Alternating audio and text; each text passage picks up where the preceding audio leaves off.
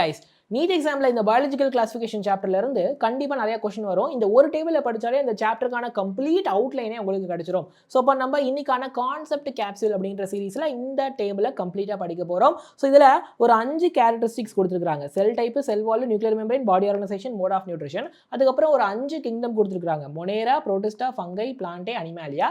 இதை நம்ம கம்ப்ளீட்டாக டிஸ்கஸ் பண்ண போகிறோம். சரியா? ஸோ ஃபர்ஸ்ட் செல் டைப் பொறுத்த வரைக்கும் மொனேரா மட்டும் ப்ரோகேரியோட்டிக்கு, பாக்கி 4 பேரும் யூகேரியோட்டிக்கு. அப்போனா வெல் டிஃபைன்டு நியூக்ளியஸும் மெம்பரேன் பவுண்ட் ஆர்கனல்ஸும் இவங்க 4 பேருக்கும் இருக்கும். இவங்க கிட்ட வெல் டிஃபைன்டு நியூக்ளியஸும் இருக்காது, மெம்பரேன் பவுண்ட் ஆர்கனல்ஸும் இருக்காது.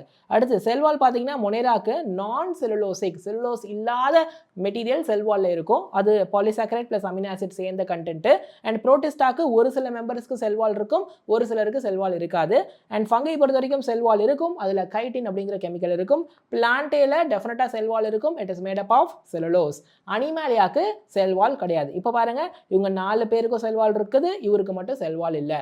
அடுத்து நியூக்ளியர் மெம்பரேன் நான் சொன்ன போதே ப்ரோகேரியோட்டிக்கு வெல் டிஃபைன்டு நியூக்ளியர் மெம்பரேன் இருக்காது. ஓகே, வெல் டிஃபைன் நியூக்ளியஸ் இருக்காது, அப்போனா நியூக்ளியர் மெம்பரேன் இல்லைன்னு அர்த்தம். இப்போ அதே போல் நியூக்ளியர் மெம்பரேன் மொனேராக்கு மட்டும் கிடையாது, பாக்கி 4 பேருக்கும் இருக்குது. அப்போ பாடி ஆர்கனைசேஷன் பொறுத்த வரைக்கும் மொனேரா வந்து யூனிசெல்லுலார், ஸோ செல்லுலார்னு போட்டுக்கலாம். புரோட்டிஸ்டாவும் யூனிசெல்லுலார், அதனால் அங்கேயும் நான் செல்லுலார்னு போட்டுக்கிறேன். ஃபங்கை பொறுத்த வரைக்கும் ஈஸ்ட் வந்துட்டு யூனிசெல்லுலார், மற்றவங்களாம் மல்டி செல்லார் அல்லது அதுக்கு நெக்ஸ்ட் லெவல் ஆஃப் ஆர்கனைசேஷன் தான் இந்த லூஸ் டிஷ்யூ ஆர்கனைசேஷன். ஸோ ஒரு சிலர் மல்டி செல்லார், ஒரு சிலர் லூஸ் டிஷ்யூ ஆர்கனைசேஷன். பிளான்டே பொறுத்த வரைக்கும் ஒரு சில examples tissue level of organisation, ஒரு சில example organ level of organisation. செல்லாம் சேர்ந்து டிஷ்யூ ஃபார்ம் பண்ணும், டிஷ்யூலாம் சேர்ந்து ஆர்கனை ஃபார்ம் பண்ணும், ஆர்கன்லாம் சேர்ந்து ஆர்கன் சிஸ்டம் ஃபார்ம் பண்ணும். சரியா?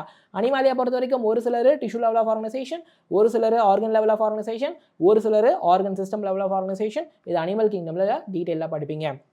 மோட் ஆஃப் நியூட்ரிஷன் பொறுத்த வரைக்கும் மொனேரால ஆட்டோட்ரோபிக்கும் இருக்குது, ஹெட்ரோட்ரோபிக்கும் இருக்குது. சொந்தமாகவும் ஃபுட்டை தயாரிப்பாங்க, இன்னொரு ஆர்கனிசத்தையும் ஃபுட்டுக்கு டிபெண்ட் பண்ணியும் இருப்பாங்க. ஆட்டோட்ரோபிக்கில் கீமோசிந்தட்டிக், ஃபோட்டோசிந்தட்டிக் வரும். கீமோனா கெமிக்கல், இப்போ கெமிக்கல் ஆக்சிடேஷன் பண்ணி அதில் வர ஏடிபி வச்சு ஃபுட்டை தயாரிக்கிறது. ஃபோட்டோசிந்தட்டிக்கில் ஃபோட்டோசிந்தட்டிக் அப்படின்னா லைட் எனர்ஜி மூலமாக ஏடிபி உருவாக்கி அதை வச்சு ஃபுட்டை தயாரிக்கிறது. ஹெட்ரோட்ரோபிக்கில் சாப்ரோஃபைட்டிக், பேராசைட்டிக் இருக்குது. செத்து போன பிளான்ட் அனிமலை சாப்பிட்டு அதுலேருந்து நியூட்ரன் எடுக்கிறது சாப்ரோஃபைட்டிக்கு. பேராசைட்டிக் அப்படின்னா ஒரு ஹோஸ்ட் அட்டாக் பண்ணி அதுலேருந்து நியூட்ரன் எடுக்கிறது. ரைட்? ஸோ புரோட்டிஸ்டாலையும் உங்களுக்கு ஆட்டோட்ரோபிக், ஹெட்ரோட்ரோபிக் வரும். ஃபோட்டோசிந்தட்டிக் ஆட்டோட்ரோபிக்கில் வருது. அண்ட் ஃபங்கையில் ஹெட்ரோட்ரோபிக் வரும், அதில் சாப்ரோஃபைட்டிக், பேராசைட்டிக் வருது. அண்ட் பிளான்டேல ஆட்டோட்ரோபிக் தான் எல்லாருமே சொந்தமாக ஃபுட்டை தயாரிப்பாங்க. அனிமாலியாவில் ஹெட்ரோட்ரோபிக்கு அது வருது. அப்போ அந்த ஹெட்ரோட்ரோபிக்கில் ஹோலோசோயிக், சாப்ரோஃபைட்டிக் வரும். இதில் ஹோலோசோயிக் அப்படின்னா என்னதுன்னா ஒரு ஃபுட்டை இன்ஜெக்ஷன் பண்ணி, டைஜஷன் பண்ணி, நியூட்ரியண்ட்டை அப்சார்ப் பண்ணி, அப்புறம் அந்த நியூட்ரியண்ட்டை ஸ்டோர் பண்ணி வேஸ்ட்டை எஜெஷன் வெளியேறுது பாருங்க, இதுதான் ஹோலோசோயிக். ரைட்? ஸோ ஹோப் இது உங்களுக்கு புரியுதுன்னு நினைக்கிறேன். All the best guys.